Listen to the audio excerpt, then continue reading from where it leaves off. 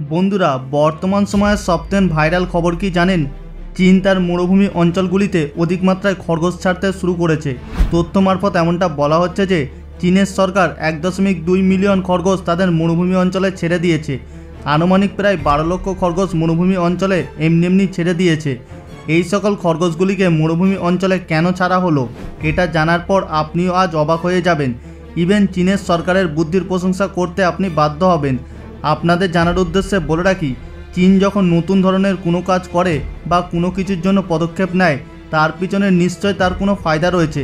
কারণ বেনিফিট ছাড়া সে কোনোদিন কোনো কাজ করে না। অর্থাৎ স্বার্থ ছাড়া বা ভালো উদ্দেশ্য ছাড়া চীন কখনো কোনো কিছুতে অর্থ ব্যয় করে না। চীনের মধ্যে একটি বড় সমস্যা রয়েছে যে চীনের যে মরুভূমি অঞ্চল রয়েছে সেটা ধীরে ধীরে বিস্তার লাভ করতে শুরু করেছে। 1990-এর দশকে চীনের মরুভূমি অঞ্চলের পরিমাণ ছিল প্রায় 17 লক্ষ বর্গ কিলোমিটার।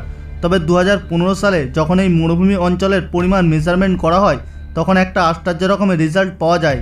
2015 সাল আস্তে আস্তে চীনের মরুভূমি অঞ্চল অনেকটা পরিমাণে বিস্তার লাভ করে, আর এই মরুভূমি অঞ্চল বিস্তৃত হয়ে প্রায় 26 লক্ষ বর্গ কিলোমিটার এরিয়া কভার করে নেয়।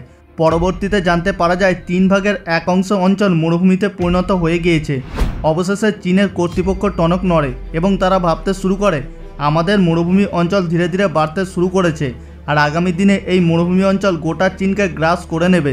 পরবর্তীতে তারা ভাবতে শুরু করে এই মরুভূমিতে বিস্তৃত হওয়া সমস্যাকে আটকানোর জন্য একটা বড় ধরনের পদক্ষেপ নিতে হবে। আপনাদের জানার উদ্দেশ্যে আরও একটি বিশেষ তথ্য দিয়ে রাখি, চীনে প্রত্যেক বছর মরুভূমি অঞ্চল বিস্তৃত হওয়ার পরিমাণ হলো প্রতি বছর 10,400 স্কোয়ার কিলোমিটার।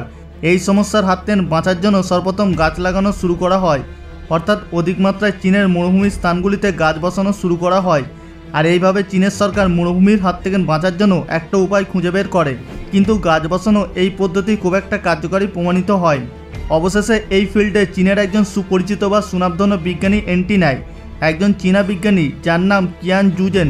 অবশেষে এই বিজ্ঞানী একটি বড় ধরনের পরিবর্তন নিয়ে আসে। সর্বপ্রথম তিনি বলেন মরুভূমি অঞ্চলে শুধুমাত্র উদ্ভিদ বসালে সমস্যার সমাধান পাওয়া যাবে না, এর মধ্যে ইকোসিস্টেমের কিছু পরিবর্তন নিয়ে আসতে হবে, অর্থাৎ বাস্তুতন্ত্রের মধ্যে বিশেষ পরিবর্তন আনতে হবে। আর ওনার এইরূপ মন্তব্যের পর 3টি বিশেষ পরিবর্তন নিয়ে আসা হয়। সর্বপ্রথম ফরেস্ট্রি, অর্থাৎ জঙ্গলের মধ্যে যে প্যাটার্নে বিভিন্ন রকমের উদ্ভিদ জন্মায়, আর দ্বিতীয় নম্বরে সেখানে কৃষিকাজ যুক্ত করা হয়, যাতে করে চীনের কিছু সংখ্যক মানুষ একটা নির্দিষ্ট রোজগার পায়। বন্ধুরা, চীনের জনসংখ্যা সম্পর্কে কম বেশি আপনারা প্রত্যেকেই জানেন, কারণ চীন হলো একটি ঘনবসতিপূর্ণ দেশ, যার ফলে সেখানকার সাধারণ মানুষগুলিকে রোজগার দেওয়ার জন্য এমন কিছু ফসল চাষ করার সিদ্ধান্ত নেওয়া হয় যেগুলি বালি মাটিতে জন্মায় এবং কম জলের মধ্যেও তারা টিকে থাকতে পারে। সেখানকার সরকার দ্বারা এই কৃষিকাজকে প্রমোট করা হয়। অবশেষে তার মধ্যে অ্যানিম্যাল হাজবেন্ডারি যুক্ত করা হয়, অর্থাৎ এই মরুভূমি অঞ্চলের মধ্যে পশুপালনকে যুক্ত করা হয়। এটাকে বলা যেতে পারে এক পর্যায়ের সমন্বিত পদ্ধতি, যার মধ্যে গাছপালা বসানো থেকে শুরু করে বিভিন্ন রকমের সবজির চাষাবাদ এবং পশুপালনও রয়েছে। সর্বপ্রথম তারা নানা ভাবনা চিন্তা করে দেখে যে এই মরুভূমি অঞ্চলে এমন কিছু পশুকে নিয়ে আসতে হবে যেগুলি খুব কম সময়ের মধ্যে অধিক বাচ্চা জন্ম দিতে পারে এবং খুব দ্রুত গতিতে নিজেদের বংশবৃদ্ধি করতে পারে। এই রকমের কিছু প্রজাতির পশুকে এই মরুভূমি অঞ্চলে নিয়ে আসার সিদ্ধান্ত নেওয়া হয়। এরপর তারা বেছে নেয় ফ্রান্সের একটি বিশেষ প্রকারের খরগোশকে। এই প্রকার খরগোশকে বলা হয় রেক্স র্যাবিট। ফ্রান্সের এই প্রজাতির খরগোশকে চীনের মরুভূমি অঞ্চলে পালন করা শুরু করা হয়েছে। বন্ধুরা, আপনাদের জানার উদ্দেশ্যে বলে রাখি, এই রেক্স র্যাবিটের কিছু বিশেষ বৈশিষ্ট্য রয়েছে। এই ধরনের খরগোশ গাছের মূল খেতে খুব বেশি পছন্দ করে, আর গাছের মূল খাওয়ার জন্য এরা মাটিকে খুব দ্রুত খনন করতে পারে। আর কোথাও ঘাস থাকলে সেই ঘাসের কাছে গিয়ে গর্ত খুলে সেই ঘাসের যে মূল রয়েছে সেই মূলগুলিকে খেয়ে থাকে। আর অন্যান্য প্রাণীদের তুলনায় এই প্রজাতির খরগোশ প্রায় 25 গুণ বেশি গতিতে বংশবৃদ্ধি করতে পারে। এরা 1 বছরের মধ্যে 40টিরও বেশি বাচ্চা দিতে পারে। আর এমনটা অনুমান করা হচ্ছে চীনের যে মরুভূমি অঞ্চলটিতে 12 লক্ষ খরগোশ ছাড়া হয়েছে, আগামী কয়েক বছরের মধ্যে সেখানে 18 থেকে 20 লক্ষ খরগোশ দেখতে পাওয়া যেতে পারে। আর যেহেতু এই খরগোশগুলি সেখানকার বালি মাটি খুঁড়ে সেখানে গর্ত খোলা শুরু করে দিয়েছে, তাই সেই অঞ্চলে মাটির উর্বরতা আগের তুলনায় অনেকটা পরিমাণে বেশি বৃদ্ধি পেয়েছে। আর খরগোশের যে মলমূত্র রয়েছে সেটি সার হিসাবে ব্যবহার হবে। সাধারণত খরগোশ যখন গর্ত করে তখন উপরের মাটি নিচে যায় এবং নিচের মাটি উপরে নিয়ে আসে, আর বারংবার এই প্রসেস ঘুরপাক খেতে থাকে, যার ফলে খুব অল্প সময়ের মধ্যে মাটি অনেক গুণ বেশি উর্বরতা হয়ে ওঠে। সাধারণত কোনো চাষের জমিতে ট্রাক্টর দিলে এই ধরনের উর্বরতা বৃদ্ধি ঘটা দেখতে পাওয়া যায়, কিন্তু খরগোশের সাহায্যে এটা সম্পূর্ণ ন্যাচারালি হয়ে থাকে। একই সঙ্গে খরগোশ ঘাসের বীজগুলি খাওয়ার পর সেগুলি বর্জ্য পদার্থ হিসাবে মলরূপে বের করে থাকে, যা পরবর্তীতে সেখান থেকে নতুন ঘাসের জন্ম দেয়।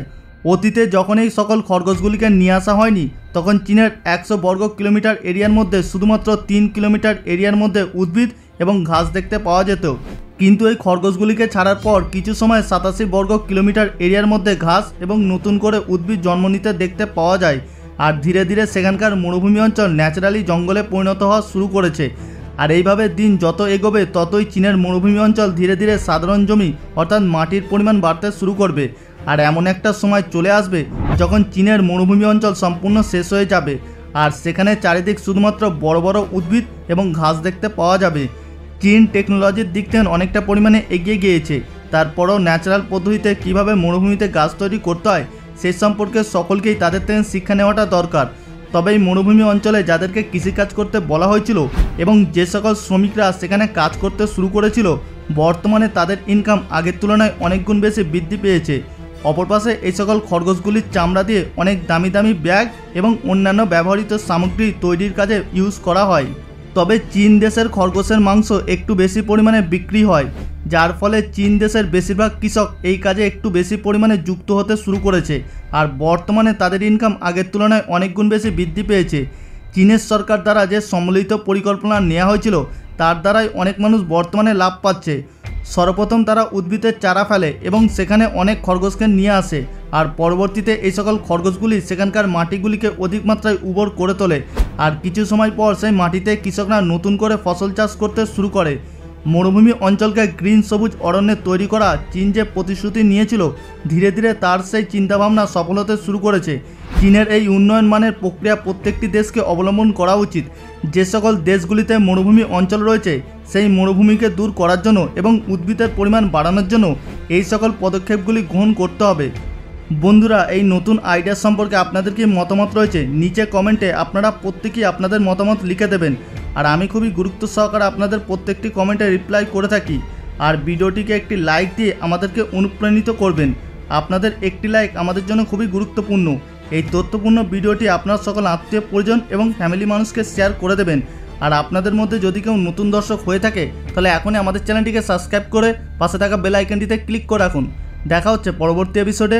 ভালো থাকবেন, ধন্যবাদ।